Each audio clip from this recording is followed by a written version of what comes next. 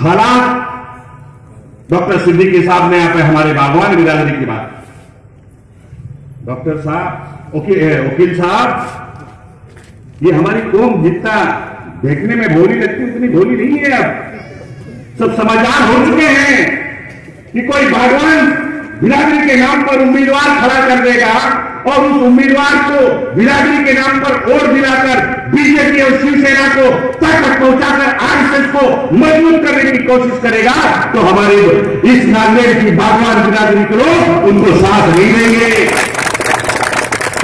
और वैसे भी हमारे यहां कहा गया है कि एक सख्त में खड़े हो गए महमूद अयाज, न कोई बंदा रहा, न कोई बंदा रहा। कांग्रेस के टिकट हमारे यहां छोटा बड़ा कोई नहीं, वज़ीर आज़म है वो भी उसी सफ में नमाज पढ़ेगा और एक अगला का है वही एक उसी सफ में खड़े होकर नमाज पढ़ेगा।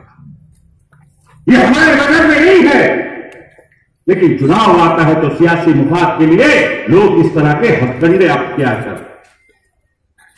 दूसरा एक प्रोपेगेंडा शुरू किया गया है, प्रोपेगेंडा शुरू किया गया है कि अशोक चौहान साहब ने लोकसभा में ट्रिपल तलाक पर नहीं बोला।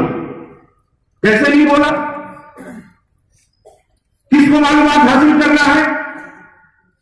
जरा आइए मैं बताना चाहता हूं।